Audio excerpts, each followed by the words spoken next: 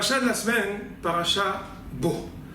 À chaque fois qu'on revient dans l'expression des miracles, des plaies d'Égypte, et de la façon dont Moshe a dirigé la sortie d'Égypte, on se retrouve à chaque fois avec des questions qui vont nous accompagner en réalité tout au long des générations.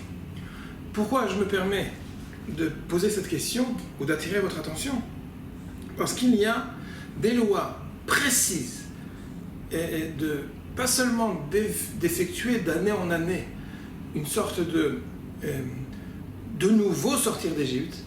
Il s'agit, en ce qui concerne le Korban Pessah, en ce qui concerne le sacrifice de la fête de Pessah, c'est ce nom d'ailleurs qui va donner le nom à la fête entière de la fête de Pessah, il y a des règles en ce qui concerne sa consommation. Mais je me permets de faire attention à un point particulier. Quand Akadosh Baruch Hu enseigne à Moshe de quelle façon réaliser ce Korban en ce qui concerne le Pessah, le premier Pessah de l'histoire, quand ils sont sortis d'Égypte, Kacha tochlotu. De telle manière vous allez le consommer. De quelle façon célébrer votre liberté? De façon avec hâte. Vous allez le consommer, le déguster de façon hâtive. Pesachul Hashem.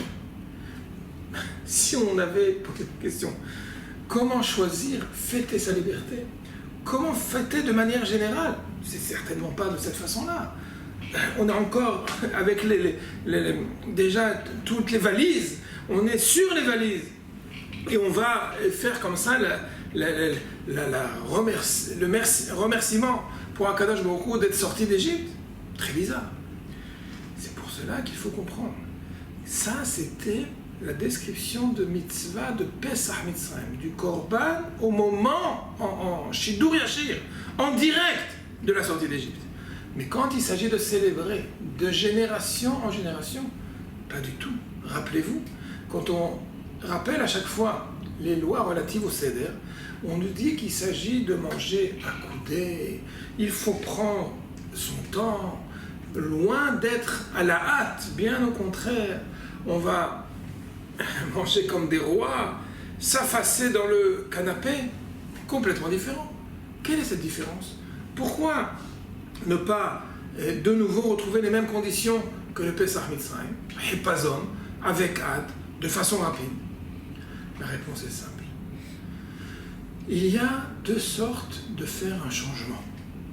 Quand quelqu'un s'habitue à sa condition, et pourtant cette condition était loin d'être agréable, il s'agissait de plus de 200 ans d'esclavage.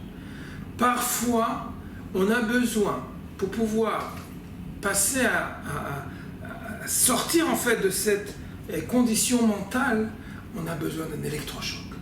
Il s'agissait pour le peuple d'Israël de rompre de façon définitive et soudaine avec leurs conditions d'esclaves.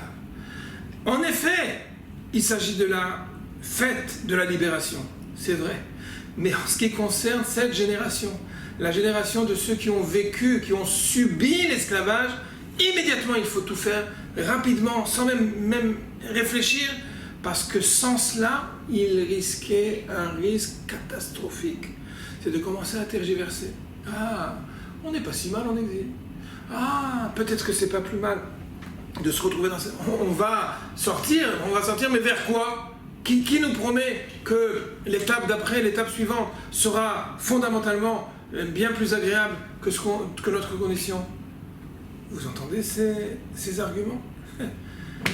Ces arguments-là, on les entend encore. Ça fait 2000 ans qu'on a passé un exil en dehors d'Israël, et quand les premiers sons du retour en Israël, et pas seulement les sons, les premières réalisations, on a entendu, et les tsahari, et à ma grande peine, aujourd'hui encore, on entend ces arguments de dire on va venir en Israël, bien sûr qu'on va arriver en Israël, mais on doit le faire de façon réfléchie, on doit le faire de façon posée. Moshe Rabbeinu Akadosh Baruch Hu a ordonné à Moshe, sache une chose, pour les faire sortir, ça doit être immédiat. Parfois, on a besoin d'abord et avant tout de réaliser, et ensuite, tu auras 40 ans dans le désert pour réfléchir de quelle façon rentrer en Israël. Il y a d'abord et avant tout cesser avec la galoute, et ensuite arriver en Israël. Une fois arrivé en Israël, la mitzvah est profondément différente. Tu dois t'attabler, tu dois manger beheseva avec tout un grand confort. Tu dois l'idbonen, réfléchir sur ta condition de liberté. Tu dois acquérir cette condition de liberté. Mais ça ne peut pas être un substitut à l'étape de choc. Il y a un traitement de choc nécessaire pour dire ça suffit. Et c'est plus la peine maintenant de réfléchir et de convaincre. Sors. Pour cela, fais ça avec Hipazon. Même le Korban, ils ont été obligés de le faire de façon hâtive. Et c'est en cela que nous devons réfléchir combien de bénéfices, de bienfaisance Akadosh Baruch Hu nous donne à nous dans la génération qu'on vit en ce moment. Shabbat Shalom.